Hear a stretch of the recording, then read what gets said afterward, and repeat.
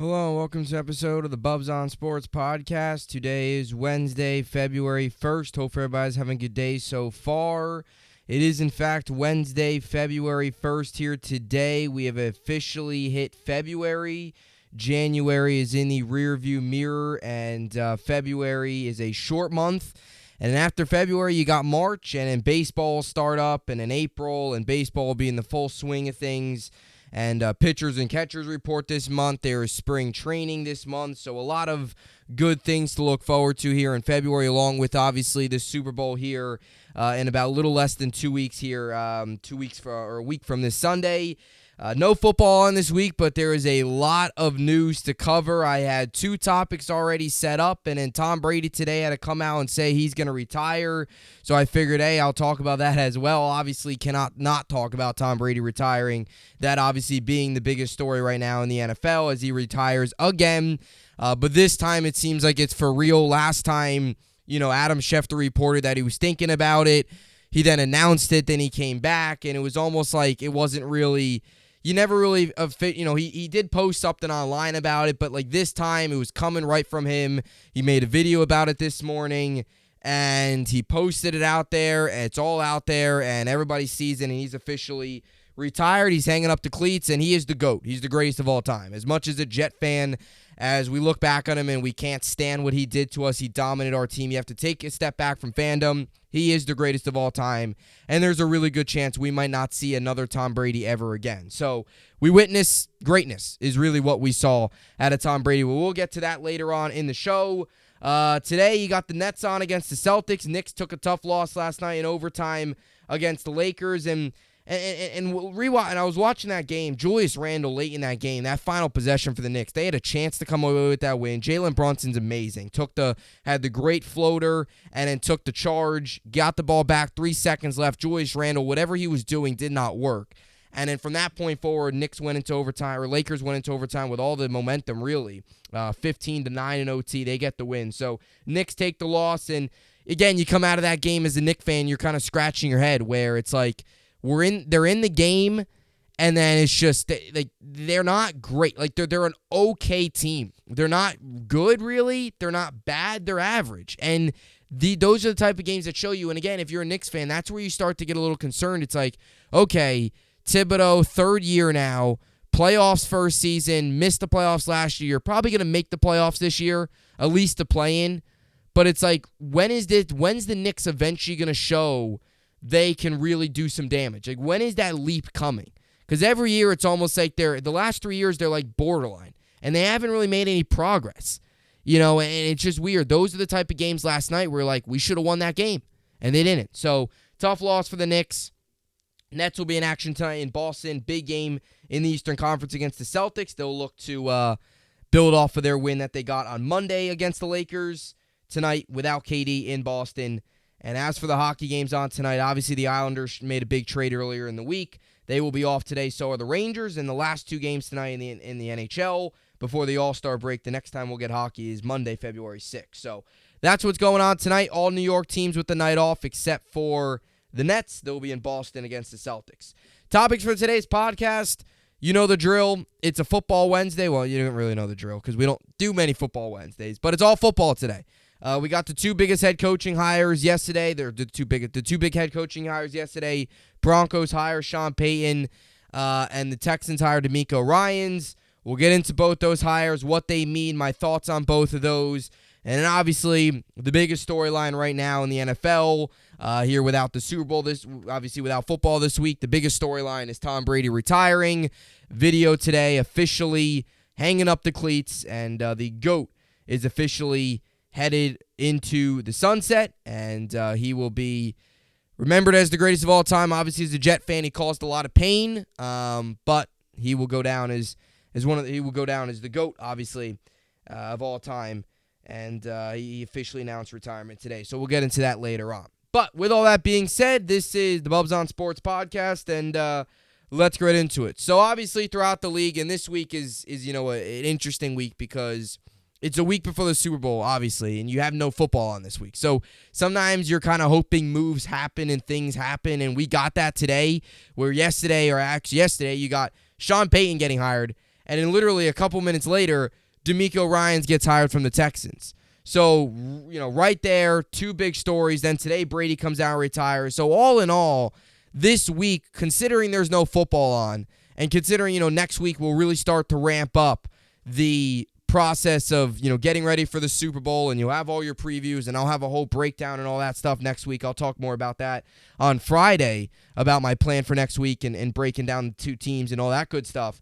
This week, there's no shorter storyline. So we'll start off with Sean Payton. As the Broncos made the hire, we'll go in order. Broncos hired Sean Payton first, and D'Amico Ryans is to Houston.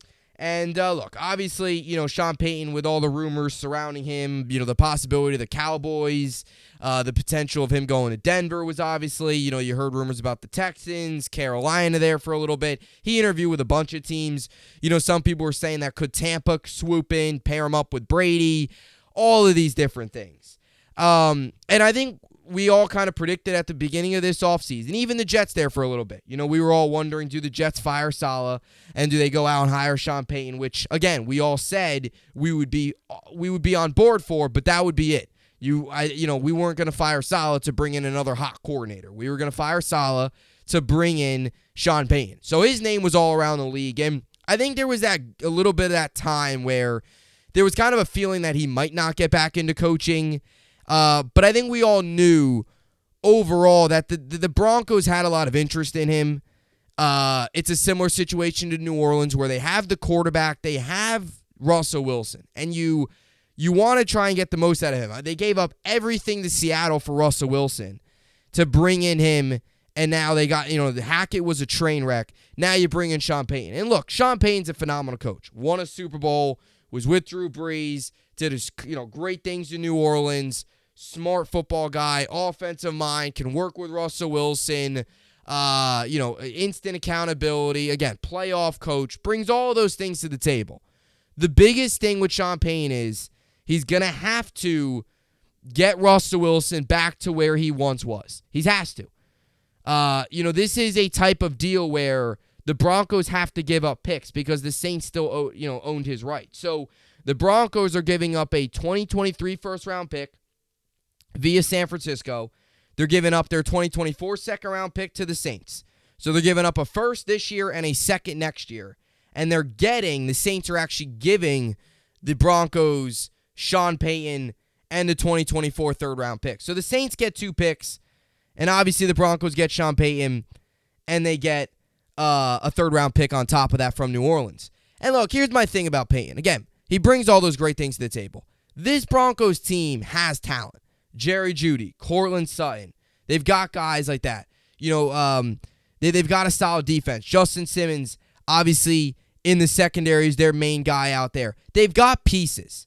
And even Greg Dulcich, I think his name is the tight end over there.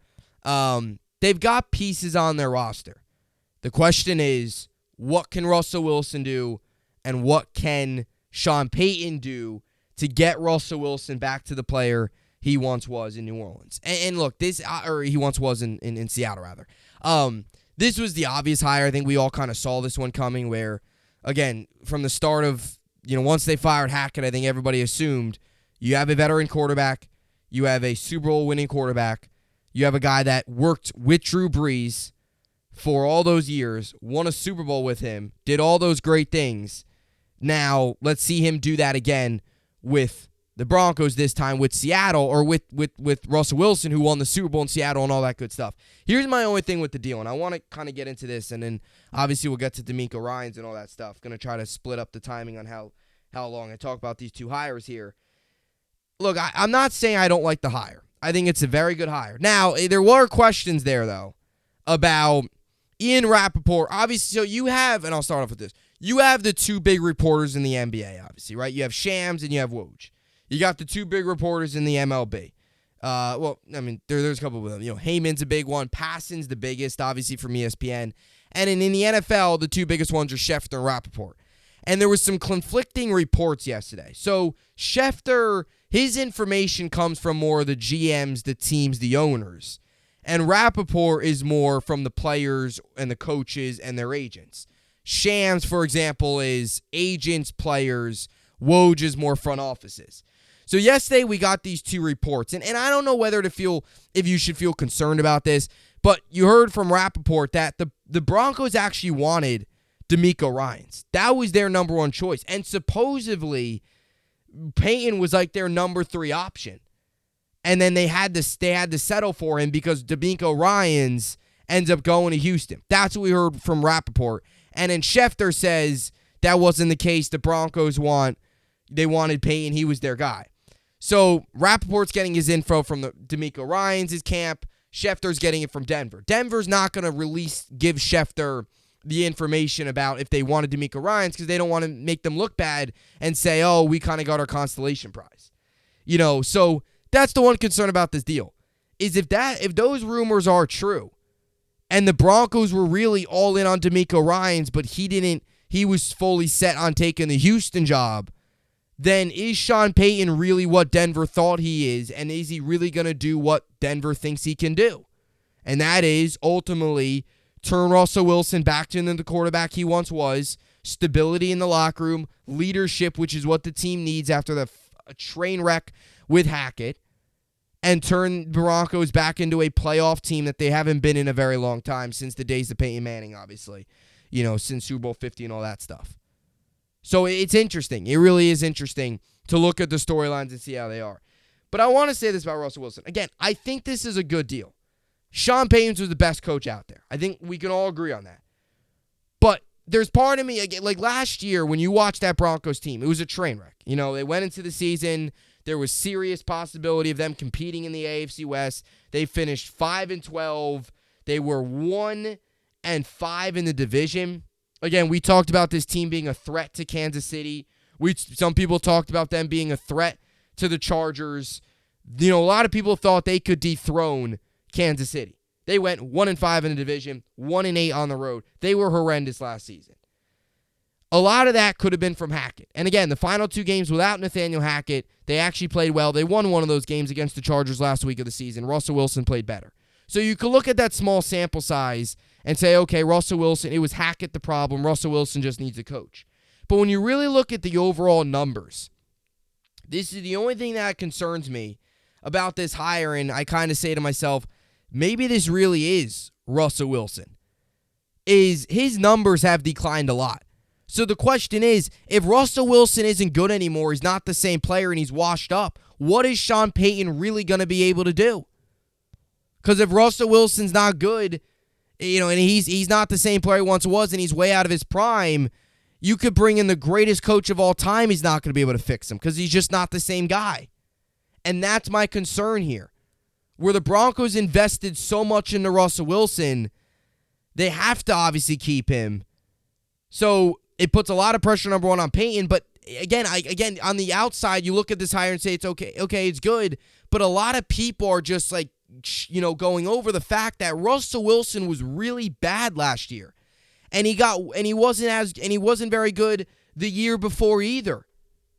There was a decline there. His 2021 season was not very good. Last year was really bad. 2020 was his last year where you look at it and you say, that is a good quarterback.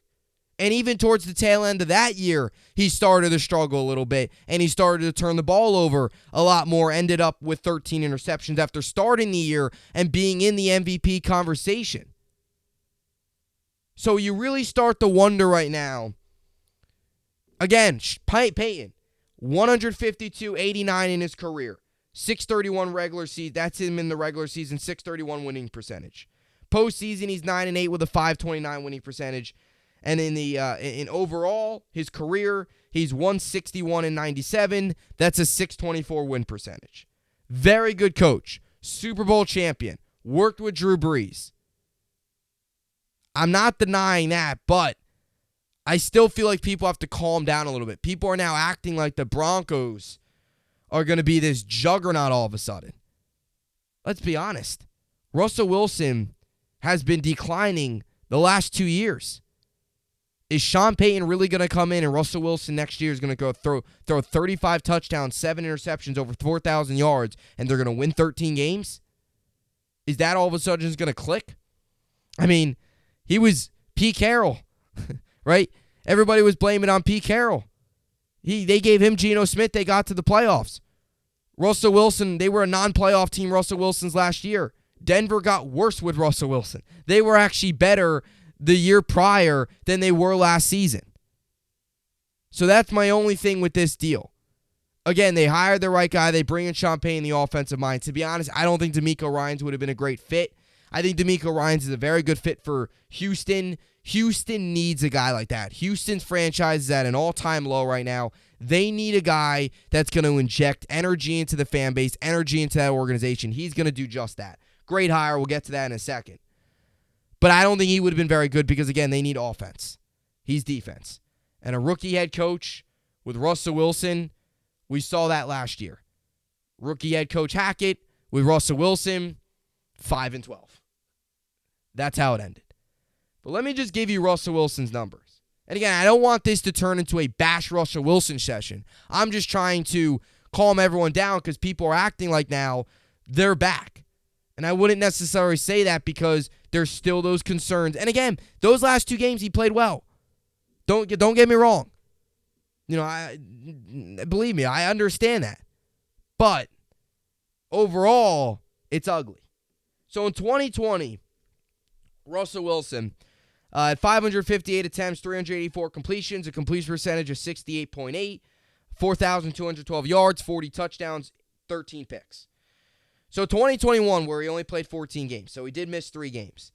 He had 400 attempts, 259 completion, 64.8 completion percentage, 3,113 yards, 25 touchdowns, and 6 interceptions. So his numbers got worse. He had less attempts. He had less completions. He had worse completion percentage, less yards, less touchdowns. He did have less interceptions. He had 13 interceptions in 2020. He only had 6 in 2021. He got worse in 2021. Then this year, 15 games, 2022, 483 attempts, 292 completions, 60.5 completion percentage. That's the lowest he's ever had in his career. His career average is like 64.8, I think it is. That is the lowest he's ever had in his career. And he had 3,524 yards, 16 touchdowns. That's also the lowest he's ever had in his career. And 11 interceptions. That's tied for the second most he's ever had in his career. So, however, he did have more attempts than 2021. However, he did miss 3 games in 2021. He doesn't miss those games. There's a good chance he has about 480, 90 attempts. He did have more completions. Again, he did play more games, but he had more completions. Now he had a worse completion percentage. He did have more yards. Got to give that to him. But he had less touchdowns, way less, the lowest he's ever had. And he had more interceptions, which is the second most he's ever had in a season at 11. The most he ever had was actually 13 in 2020. But he evened it out a little bit because he threw 40 interceptions or 40 touchdowns. You know, you can get away with throwing 13 interceptions if you throw 40 touchdowns. Throwing 11 touchdowns and 16, throwing 11 interceptions and 16 touchdowns for the amount they gave up is not good enough. And let's be honest here, Russell Wilson's 34 years old. A lot of people are acting like he's, still like 30. He's 34. And a lot of people are shocked that he's, you're starting to see, like, people are trying to, like, I feel like the media and the fans out there are trying to portray that Russell Wilson is still this great quarterback. He's gotten worse. He's getting worse. Last year, he had the worst completion percentage he's ever had in his career.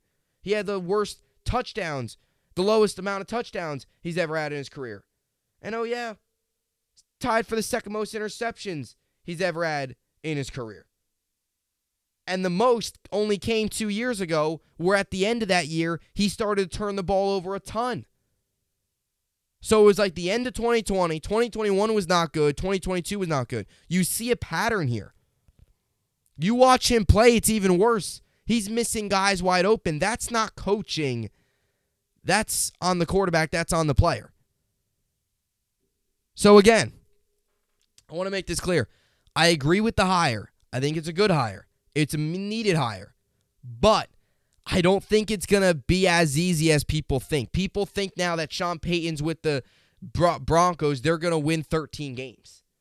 I don't think it's going to be that easy. There's a chance that happens. Don't get me wrong. But Payne's got a lot of work on his hands. He's got a lot of work to do. He does. He's got to turn Russell Wilson around. Because right now, it's ugly. It's really ugly. And it looks worse as time goes by. Next year you look at it and you say, geez, if this continues, his completion percentage could drop another 2%. He could get as low as into the 50s. If he has a really bad year, he might be a 13 interception, 17 touchdown guy again. Is it just the fact that he's wearing down? It's possible. So Sean Payne's the right hire. But I don't necessarily say this solves everything and the Broncos are all of a sudden going to be a juggernaut next season. And I've been very critical of Russell Wilson. And not that I don't like the guy, but we've seen this. Hey, everybody in Seattle was like, it's Pete Carroll. And you're like, okay, he goes to Denver. It was a mess last year. Pete Carroll got handed Geno Smith, and they went on to the playoffs. Russell Wilson has all the talent in the world, and he wins 5 games. And to be fair, Nathaniel Hackett, again, there's always going to be blame. Russell Wilson was not the single reason why they went 5-12. He wasn't. There's always blame. Hackett obviously has a lot of blame. I'm not denying that. I've said that a lot. I'm not all of a sudden saying Hackett's great. Hackett stunk. Don't get me wrong. But let's not act like Russell Wilson wasn't the problem either. He had a lot to do with it too. I don't think Russell Wilson, just because he has Sean Payne's, all of a sudden go out there next year and throw 40 touchdowns, 6 interceptions, and they're going to win 13 games. They're going to win the AFC West and make a run. I don't think that's going to happen. Could Russell Wilson turn around a little bit? Definitely, especially if there's more stability in the locker room. But I just think Russell Wilson's not the same player he once was. And as great as a coach Sean Payne is, I just don't know if he's really going to be able to fix it. It's tough to fix a guy that's just out of his prime. That's just the bottom line. Let's be honest here. That's the bottom line. It's tough. It's tough to fix. It would be one thing if he's a rookie, but it's tough to work with guys that are out of his prime. And that's kind of the feeling I get right now with, Russell Wilson. But that's just me. All right. So anyway, now we move on to the other coaching hire, and that was DeMeco Ryans. And look, the Texans have been a mess. Obviously, they've been a train wreck. They've got different coaches every year, from Bill O'Brien to David Coley to Lovie Smith. I believe, what has it been, like four coaches the last 4 years or something like that, from Bill O'Brien's last year to David Coley to Lovie Smith to now. I mean, even Romeo Cornell, right? I think he took. Did he take over? They've had a lot of guys. I mean, they've had guys all over. And they've had no stability. And they bring in DeMeco Ryans yesterday, 6-year contract as the head coach. Something right away that tells me about that contract. 6-year deal. Again, and I know I don't want to read too much into it because, again, coaches get a lot of times, they get long contracts. But all I have to say about this, DeMeco Ryans is a very good coach. He was phenomenal as a defensive coordinator, did an excellent job, played with the Texans, was a very good player, by the way. He was actually the Defensive Rookie of the Year in 2006. He was a Pro Bowler in 07 and 09. He was two-time Pro Bowler. He was the PFWA All-Rookie team in 06, and he was first-team All-Pro in 07. Those were his biggest years. He played from the Texans from 06 to 2011, then the Eagles from 2012 to 2015. So he was very good with the Texans. He was a second-round pick out of Bama. Again, he's young. He's only 38 years old. He'll be 39 in July, so week 1 of next year he'll be 39, which I believe might be a little younger. I think he's a little younger than McVay. I think it's up. He's young. He's got a lot of energy. He brings a lot to the table. He's only been a coach since 2017, so he's young. But that's where right away you look at the contract and you say 6 years. And I want to just say this, and I know Houston fans aren't, Texans front office, Cal McNair's not listening to this. I know that. And Nick Caserio isn't either. I understand that. But the message to Houston and the message that fans have got to deliver, and hopefully Cal McNair and Nick Caserio realize this, DeMeco Ryans has got a lot of work to do. The Texans are in really bad shape. They really are. They don't have much talent. They don't have the quarterback. They blew the number 1 overall pick. Now, you look at their roster, again, you look at their You look at their team, Bears obviously have the number 1 overall pick. They can make some moves and they can get to the number 1 overall pick. Who knows? You've heard some rumors that they might, want to trade for Fields, and if the Bears trade out of it and the trade, though the Bears give them Fields, and the Texans, whatever it takes. Texans give the Bears the number 2 overall pick or whatever. Bears give them Fields so the Bears can get, Bryce Young, or however that is. We've heard some rumors about that. That could the Bears be interested in dealing Fields to Houston? That could be possible. But I'll say this about the Texans. Again, they got a lot of work to do. When you look at their roster, it's not very talented at all, other than Dameon Pierce, who is probably their best guy, and he got hurt last season. Outside of him, there's questions all over the place. So he's got a lot of work to do. And that's where the message comes in. All you ask from a standpoint of the Texans, their front office, is give him time. DeMeco Ryans needs time. 1 year, 2 years is not going to work. Now, you have to see development. If they go out there this year and win 4 games, it's not good, obviously. But that's the expectation probably. It's probably about, you win 4 games. Next year, if the year after you win 2 games, that's a problem. But you should see consistent progress. Again, this year is going to be like laying the foundation, where you see what pieces fit, see what pieces don't fit. Who knows if they get Fields and they bring in a good receiver, they can compete a little bit. They won't necessarily be a train wreck. They've hit the lowest point of their franchise. They can only go up from here. DeMeco Ryans brings a lot of energy. He played for the Texans. He knows what it takes. He knows what the organization wants. He knows what the fans want. So he's not going in there and getting very pressured. And I think that's what's positive, too, about this. And I think this is where not only do the Texans win, but DeMeco Ryans wins. He's a very young coach. Again, he'll be 39 when the season starts next season. He's only been coaching since 2017. He retired in 2015. It's 2023. He was playing in the NFL 8 years ago. I know that seems like forever, but let's be honest here. There's a lot of guys that don't get their first coaching gigs until they're 15 years into coaching. I mean, look at Saleh. He's been coaching for a while. He didn't get his first coaching gig until, again, it was a good, 10 years into his career? DeMeco Ryans is a rarity where 6 years into his career, he's got a coaching job, head coaching job already. And that's due to the fantastic job he did in San Francisco. But I think it's also a win for him because, again, he's familiar with the organization. So he's going to go in there. He's comfortable. He knows what the fans want. He knows what the organization needs. He knows what it takes. He was on some winning teams. He knows what it takes to get that organization on, back on track. It's a homecoming for him. For this to be his first coaching gig, I think is a really positive thing for him as well. Not only is it positive for Houston, I think it's positive for DeMeco Ryans himself because of, again, player there, been there, all that good stuff. So I like this hire a lot for the Texans. I also think it tells you a lot about him that the Broncos were seriously interested in him. Whether or not he was higher on the list than Sean Payton, they were interested. They were seriously interested. DeMeco Ryans clearly wanted to go there. He did. Goes to the Texans. Got a lot of work to do, but your message to the Texans has to be, give him time. They'll get it right. They've got to give him time. No more of this 1 year you're out, 2 years you're out. They've got to give him time to rebuild this roster, which right now is an absolute train wreck, and get it back to where they can be, and that's playoff football. And obviously, ultimately, winning a championship, and we'll see whenever that comes. I mean, that's not anytime soon, obviously, but they got to build the foundation. Right now, there's no foundation. There hasn't been any foundation.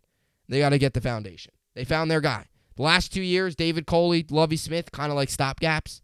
They get their guys, 6-year deal. Now, you build it, you bring in the pieces, lay the foundation, and turn the organization around. I also say this. Texans obviously are winners. DeMeco Ryans a winner. But the biggest winner of all here, and maybe you could look at it as a loser because he lost another defense coordinator, but Kyle Shanahan has done a phenomenal job hiring. We talk about this a lot with coaches. There's one thing coaches do that you can tell right away if they're a really good coach or if they're an inexperienced coach. And that is what they do on the side of the ball that they're not very strong at. Like an offensive coach, they got to nail their defensive coordinator, right? Because they don't have to get, the offensive coordinator doesn't have to be this insane high-level guy because they know the offense. They'll likely call plays. Saleh, for example, right? He brought in Ulbrich. He was okay, but he wasn't, it wasn't like he was bringing in Wink Martindale, for example, for the Giants, He brought in, Ulbrich, who's been in, was in the league, was with the Falcons. Their defense was And, Saleh's, again, he's mainly, again, defensive mind. He didn't need to bring in this genius. He messed up because he brought in a rookie offensive coordinator who was a train wreck. Something Shanahan does really well. He brings in guys from the side of the ball that he's not good at, brings in really good guys. Robert Saleh was phenomenal. He's now with the Jets. DeMeco Ryans, phenomenal. Now he's got a coaching gig. 2 of his defensive coordinators are now head coaches. That's a credit to Shanahan. The job he's done on getting guys to the side of the ball that that side of the ball, that's not his side. He's offense. You want to bring in the best possible pieces to the defensive side of the ball if you're an offensive coach, and Shanahan has done just that. And that too just shows how good of a coach he is. Because if he does that. And again, Saleh, he's a question at the coaching spot. We don't really know what Saleh is. This is a big year for him. This is boom or bust. If they don't make the playoffs this year, Saleh's out. But he messed up. He made a rookie mistake. He brought in Mike LaFleur, rookie coordinator, no experience of play calling. Paired that with a rookie quarterback. We saw how that played out. Jets are now looking for a quarterback again. So, something that he has done a very good job of. Although it hurts because they go. And it's like every 2 years now the Niners got to look for new defensive coordinators. But he has done a phenomenal job with finding defensive coordinators, finding the side of the ball that he's not strong at, bringing in the best candidates. So credit to Shanahan there as well. Texans get their guy. Broncos get their guy. Couple head coaches left. Panthers got their guy and Frank Reich. Colts still left. So we'll see what they do. I don't even know. Jim Irsay might just say, hey, Jeff Saturday, come back. We want you again. Colts are a train wreck. But Sean Payne's back. So he's back. I know there, again, some rumors there, and then DeMeco Ryans also got a job, which his name has popped up throughout the year. And then obviously whenever the Texans, officially fired Lovie Smith, I think a lot of people kind of saw player, had success there. They need energy. That Texans organization right now is dead. There's no accountability. There's no foundation. They need a guy to come in, be high energy, just be foundation. Like, they need a culture. DeMeco Ryans can build that. He did it on the defensive side of the ball in San Francisco. So if you're a Texans fan today, you should be very happy with the hire. It's the right hire. It's a needed hire. And they get their guy. And the Broncos bring in Peyton, and he's tasked with trying to figure out solving Russell Wilson and his issues, because he's not playing well. So those are the 2 hires. Now we move on here to another quarterback. I don't know if you've heard of him, Tom Brady. He retired today after a very long career. And look, I know there's a lot of people out there right now that are kind of questioning where, if it's true or if he's actually going to retire. Last year, I think we all were kind of shocked that when he retired last season. And at first, Schefter brought out that he was retiring, and then Brady's agents came out and said this isn't true. He's still deciding. And then a week later, he came out with his letter saying, I'm retiring, I'm done with football, and all that stuff. And then 2 months later, he said, I'm back. After taking time, I'll figure it out. So I feel like last year the retirement wasn't really what he was feeling. It was a little bit more media driven. It was kind of like he was leaning towards it. It gets leaked. Everybody says he's retiring. Then he was kind of forced to retire, but he didn't really want to. This to me feels real. And the way he was talking into that camera, he was definitely emotional. He was choked up a little bit. It was a quick video. It was short. It was sweet. It wasn't like this long, drawn-out thing where he was thanking everybody. It was quick. He basically said, I'm retiring. And he, said a couple other things. It was only 57 seconds. It wasn't even a minute. I don't think it was. I could be wrong. Don't quote me on that. But it was quick. And that, to me, shows that he's retiring. And I think we could all kind of agree. He had some off-the-field stuff. Obviously, the divorce. There was a couple times during the season where there was a time during the year, training camp, he had to take a week off. During the season, which never really happens, they gave him Wednesday vet rest day, which I don't think he's ever had previously in his career where he gets Wednesdays off. He's always been known as that hard worker, that guy that, as he's gone up there in age, just works. I mean, he's 45 years old. He'll be 46 in August. You can kind of tell you could kind of read the writing on the wall that this was nearing the end, especially with the way this season went. They went 8-9. They got crushed in the wild card game at home. Bowles is not a good coach. I really don't know how much Brady really wanted to play for him, although you do hear reports now that it was between the Bucs and retirement, and he chose retirement, which, again, I'm not trying to crush Todd Bowles, but I think that speaks a lot to, if Arians was still there, I think there's a good chance Brady's still there. With Bowles being there was clear disconnect. The team was not the same. I think that was kind of showed where he was coming from, and that's why I do believe all this. And again, even his play on the field, I mean, Brady's the GOAT. He's the greatest of all time. And again, I want to say this. As a Jet fan, look, it's frustrating. We as Jets fans, we got tired of Brady. 10 Super Bowls, he won 7. It got annoying. He crushed us every time. Even when he got to the Bucs, he still beat us in that one game that we should have won Zach's rookie year 2 years ago. Saleh's first season. We should have beat him. We didn't. We did get that one game, AFC divisional game, which was our last playoff win. 12 years ago was our last playoff win. We beat Brady. We also beat Brady in 2015 at home. Eric Decker touchdown from Fitzpatrick in overtime. Although the next week, I feel like every time we beat Brady, the next week it went south. Like we beat Brady against the Patriots in 2010, and then the next week we lost to Pittsburgh, AFC Championship game. A game that we could have won. We started out slow, came back, but wasn't enough. Same thing 2015. We got to 10 wins. All we had to do was go into Buffalo and beat Rex Ryan and the lousy Bills, and we messed up. So it was like every time we beat Brady, it was like the NFL gods cursing us the next week because we would beat Brady, then the next week we always failed to win. And it was always big games too. Now, obviously the AFC Championship game in Pittsburgh, and in the week 17 game in Buffalo, which was a win and we didn't get the job done. And same thing, 2 years ago when we almost beat the Bucs, we didn't. We blew the game. Defense was awful. They won the game. So Brady dominated us, but take fandom out of it. Like if you take fandom out of everything, and I know Giants fans, Brady's the GOAT, but they don't care because they beat. Eli Manning beat Brady twice, so they don't care. Brady, the Giants really own Tom Brady. Let's be honest with you, Giants fans don't care. But take fandom aside. Like, suck the fandom out of this. Tom Brady is the greatest of all time. There's no debating it. He is. For a while there, you could make the argument it was Montana, but it's Brady. Let's be honest. For the past 10 years, it's been Brady. And I'll tell you here in a second, when you really break down Tom Brady's career, he really had 3 Hall of Fame careers into one. He really did. When you break up his career into 3 different parts, he started playing in 2000. That was his rookie year. It's 2022. It's 2023 now. He played 22 years. 23 season, whatever it was. He's 45 years old. If he would have played again, he would have been 46. And still, last season, which was a down year for him, he was still 3rd in yards, tied for 8th in touchdowns. So he was still top 10 in the league in some categories, despite it being an off year. And I think part of this, too, last year did take a toll on him. He threw a ton last year. He threw a ton. He threw 733 passes last year.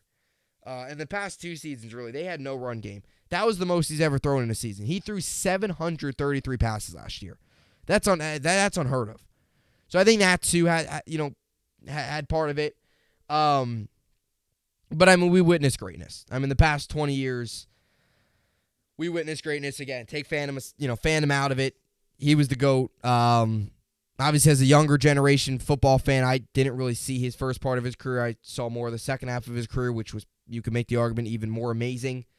Winning Super Bowls, coming back down 28-3.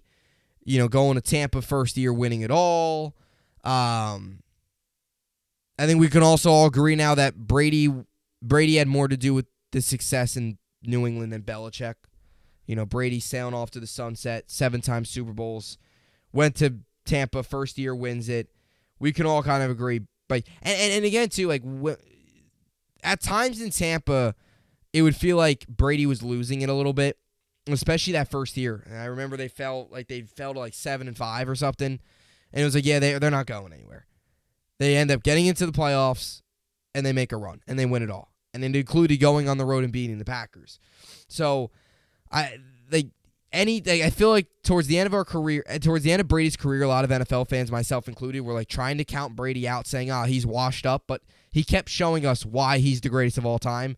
And it felt like last season, towards the tail end especially, you could tell, it was nearing the end. And I don't really think he could have went another year. Look, I'm a little surprised. I wouldn't probably say I'm shocked. I mean, on a Wednesday in February, I don't think many of us expect Tom Brady to just retire. It's retirement news is kind of out of the middle of nowhere. But I do think last year took a toll. I mean, on that entire Buccaneers team. I mean, they went 8-9. That's not good. I mean, let's be honest here. They're in any other division of football. They're not a playoff team. The Panthers, who fired their coach, went into Tampa and almost beat them. So they barely squeaked in. And again, I'm not taking anything away from them, but they got crushed by a Cowboys team that is beatable, and we saw that. So that's kind of my feeling there about the Bucs and stuff. But you break Brady's career into 3 parts, and I saw this today. This is wild. And by the way, we've talked about and we've talked about this the last couple years, with Brady's career coming to an end, although really the last couple years, every year you just never know. Like, once he hit 40, it was kind of like, okay, take it year by year, and then he's still got 5 more years in him. But we talk about changing of the guard in the NFL. It's almost all finished. Like, from the days, like the early 2010s and stuff, like all those guys are retired now. Big Ben's gone. Phillip Rivers is gone. Eli's retired. Drew Brees, Peyton Manning, Brady now joins that list. Probably the only guy left is Rodgers out of that kind of era of quarterbacks. And now you officially, once Rodgers retires, it's like officially, that era of quarterbacks is officially into the sunset. But once Rodgers retires, it will officially be. But now with Brady retiring, now you're really starting to see, okay, now it's officially the new generation. It's the Patrick Mahomes. It's the Josh Allens. It's the Trevor Lawrence. It's the Joe Burrows. It's guys like that are now the future of the NFL. And 15, 20 years from now, we'll look at it and say, those 4 or 5 guys are now into the sunset. And then, I don't know, whoever else is coming up at that point, I don't know who's going to get drafted in 2030 or whatever. But at that point, then it's like, those quarterbacks are, obviously, those quarterbacks will then make their way up. And it's a constant cycle, and we've seen this. We're starting to see a changing of the guard. You can even throw Russell Wilson in that list, where I talked about earlier. I mean, he's only 34, but you can make the argument he might only have 3 years left, and he's 37, 38-ish then. Then he would retire. So you're really starting to see the new generation. And I was talking to somebody earlier today about this. Like, in terms of winning, we talk about some of the greatest athletes of all time. Like, Bill Russell won a ton.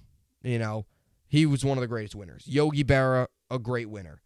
Michael Jordan, 6 championships, went 6-0. I know a lot of people look at MJ and say, oh, he had 6 championships. And he was the greatest of all time, obviously, in basketball. It wasn't like he won 9 championships, but he went 6-0. And to me, that tops all. That's where, when you're talking about LeBron and MJ is the greatest because of that. When you look at the finals record, LeBron's finals records isn't very good. MJ went 6-0. There's no topping that. And you look at Brady, 7-3 in the Super Bowl, 7 Super Bowls, all that great stuff. So there's some great winners in each sport, obviously. Wayne Gretzky, all that stuff. But in terms of winning, I don't know if you'll ever see another quarterback you probably won't ever see another quarterback like Brady. For me to sit here and say, Patrick Mahomes is going to go on and win 8 Super Bowls or 7 Super Bowls, is it crazy to say Mahomes can win 4 or 5? Yeah, but 7? You're going to have to play 23 years in the NFL, basically, But in terms of talent, we talk about Patrick Mahomes, for example, talent-wise, when all is said and done for Patrick Mahomes, I think there's a chance you could look back at Mahomes' career and say that was the most talented quarterback we ever saw. In terms of overall winning and just the way he did it, Brady's the GOAT. But there's things that Mahomes will do that will go down as all time as some of the greatest things we'll see as sports fans. So that's how I look at it. But no doubt, Brady's the GOAT. Is everyone going to catch him out of all the quarterbacks right now in the NFL? If I had to give a guy that I think's the next, like if I had to give like a guy in the NFL right now that would be the next GOAT at quarterback, it would be Mahomes. Like he would have the most likely chance. And even him, I mean, it's a big Super Bowl for him. In terms of legacy, if he starts out 1-2 in Super Bowls, that's not necessarily terrible. I mean, to be in 3 to start your career is great. But he's got to start winning them, obviously. You got to get to 7. So, I don't think Josh Allen will get there. Nothing against the Bills, but they just can't seem to put it all together in the playoffs. Burrow's young, obviously. He's still got a lot left. We're asking, again, like, that's what makes Brady so special. It's so tough to say. You can't sit here and tell me, oh, yeah, Mahomes is going to win 8 championships. I'll be all right. Mahomes will win 8 championships. That's the tough part. Sure, could he go out there and win 5? It's possible. But you also have to have that longevity. So, Lamar Jackson's another name, too, of a guy that's got a lot of time left. But it would definitely be interesting. I mean, there's things that Mahomes will do that will go down all time, and you'll look back on his career and say, man, he was, in terms of talent level, he might be the GOAT, greatest of all time. But winning and all around, just all that stuff, like Brady's the GOAT. I mean, to win 7 championships, when you look at all of his accolades, they were crazy. I mean, Tom Brady, he really had three Hall of Fame careers in one. So, 21,564 passing yards, 147 passing touchdowns, 3 Super Bowls was in the first part of his career. The next part of his career, 40,018 passing yards, 309 passing touchdowns, 2 Super Bowl wins. And in the final part of his career, 27,603 passing yards, 193 passing touchdowns, 2 Super Bowls. Also throwing a couple MVPs in there as well. Brady truly was the GOAT. Like, you look at Brady's career as a whole and you say, gosh, that was crazy. I think what makes it even more crazy, or maybe this is just me, you break it into 3 pieces. He literally had 3 Hall of Fame careers in one. He really did. 23 seasons. He had 3 Hall of Fame careers in the one. You look at like a career of, a career of 40,000 passing yards, 300 plus passing touchdowns, and 2 Super Bowls. That's a Hall of Fame career with an MVP mixed in. That's a Hall of Fame career. Brady did that 3 times. Like, there was 3 sections of Brady's career combined into one. Let me give you some other. He was a 15-time Pro Bowler, 5-time NFL's passing touchdowns leader, 4-time NFL passing yards leader. The list goes on. 5-time Super Bowl MVP, 3-time MVP, 2-time NFL Offensive Player of the Year, NFL Comeback Player of the Year, 7-time Super Bowl champion, 3-time First Team All-Pro, 3-time Second Team All-Pro, 2-time NFL passer rating leader, NFL completion percentage leader, NFL 2000 and 2010s All-Decade Team, NFL 100th Anniversary All-Time Team, New England Patriots All-2000s Team, All-2010 teams for New England as well, New England Patriots 50th Anniversary Team, New England Patriots All-Dynasty Team. A lot of accolades thrown Brady's way, and I'm sure he'll be thrust up into the rafters of Tampa one of these days as well. For a 6th-round pick out of Michigan and 199th overall, not a bad career for Tom Brady as he officially hangs it up. And as much as Jets fans, we don't like him, he was awful to us, beat us every year. To be fair, though, the Jets were, Brady's great, but the Jets were at times worse than Brady was actually great. I'm just kidding. He crushed us, but fandom aside, respect to Tom Brady. He's the GOAT, and there's a chance we'll never see anything like it again, what he did in his career. So he has officially hung it up, and now it is time for the new generation of players to take over. The Mahomeses, the Jalen Hurts, the Burrows, the Allens. Those are your next kind of 5-6 guys that we'll look at 15 years from now and say there's a new group coming in. Rodgers is really the only last domino to fall, and who knows when he's retiring. I mean, he could retire this year, to be honest. Who even knows what will happen with Aaron Rodgers? There's a good chance he's a Jet. We'll see. So anyway, let's close things out here today. And by the way, you look at Tampa now. They don't have Brady. Todd Bowles isn't going to do anything. So they probably enter a rebuild. It'll be interesting to see kind of what they do with the quarterback. Do they address in the draft? Do they go out and try to sign somebody, trade for somebody, trade for a big name, and maybe try to do it again. I don't know. We'll see. We'll see the approach Tampa takes from this as well. And by the way, Brady won't be broadcasting in the Super Bowl. I know some people thought that he would. He's got a big Fox contract lined up for him. He'll probably be there next season, and we'll see. But as for the NBA games on tonight, you got the 76ers, Magic, Trailblazers, Grizzlies, Wizards, Pistons, Kings, Spurs, Thunder, Rockets, Warriors, Timberwolves, Raptors, Jazz, and the Hawks, Suns. Nets, Celtics tonight at TD Garden. Looking for a big win from the Nets. Tonight, 2 NHL games on tonight before the All-Star break. You got Bruins, Maple Leafs, and the Hurricanes, Sabres. As for college basketball, you got a couple big ones. Purdue against Penn State, number 1 in the nation, Purdue. Xavier, Providence, Auburn, Georgia, Tennessee, Florida, Villanova, Marquette. Kentucky last night got the win over Ole Miss.